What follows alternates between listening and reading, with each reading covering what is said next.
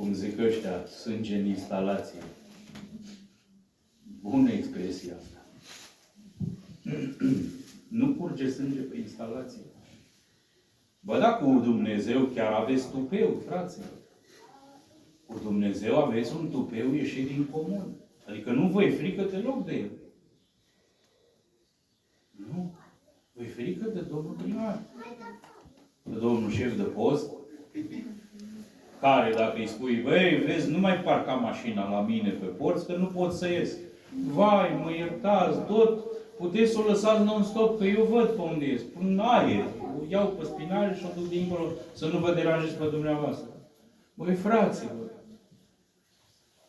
așa cum aveți drepturi și cum avem drepturi, libertăți și celelalte, avem și, într-adevăr, și responsabilități. Dar care sunt mai mari?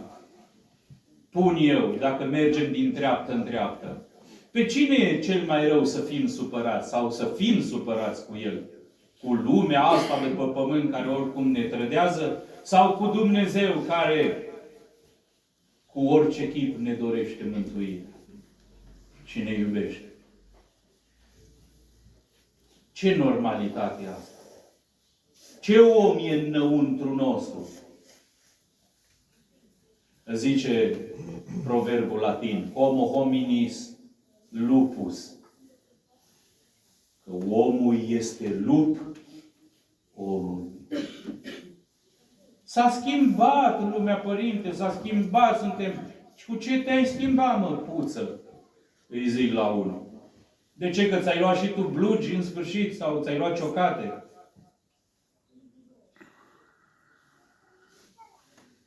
Băi, anotimpurile se schimbă. Ziua, noaptea se schimbă. Frunzele la copaci se schimbă. Bă, dar omul niciodată nu se schimbă, mă, să ții minte de la mine.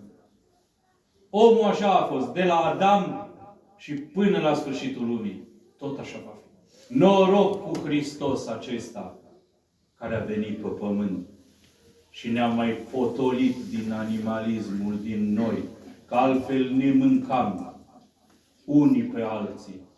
La propriu ne mâncam. Deveneam toți niște canibali. Singură religie a creștinismului a luminat lumea. Nu vedeți ce se întâmplă? L-au călcat în picioare. În Franța, la 20 și ceva de biserici, un preot. Eu când mă întâlnesc cu francezi, mă uimesc, dar poporul cel mai revoltat, poporul care sare în sus la cele mai mici mișcări ale guvernanților, care fac grevă una-două, francezii, despre ei vorbesc, care sunt fanionul, să zicem așa, și metronomul care ia pulsul vieții de zi cu zi în societate. Francezii nu-i poate întrece nimeni. Iată-vă pe francezi astăzi.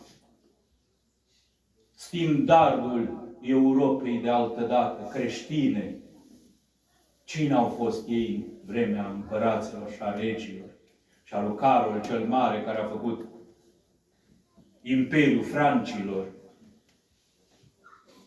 Îi vedeți în ce hal au ajuns astăzi?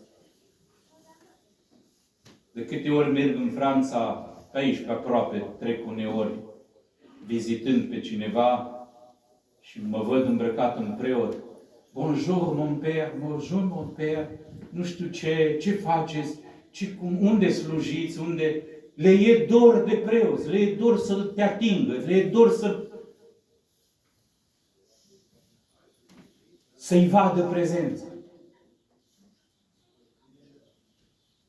Degeaba au de toate. Sunt cel mai plimbăreț popor din lume. Tot ei. Eu când îi văd pe de-a rândul zic, bă frate, ăștia nu mai au mă casă. Trăiesc numai în caravane. Deci eu n-am pomenit așa ceva. Ei, uite că li s-a strâns frânghia în jurul parului și li s-au cam terminat rezervele alea făcute altădată prin imperii și prin dările pe care le luau de la alte popoare subjugate.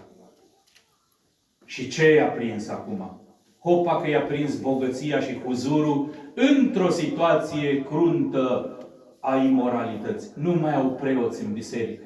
Au nevoie de cineva, au nevoie de un far, dar nu mai știu cum să facă, pentru că totul e aproape distrus.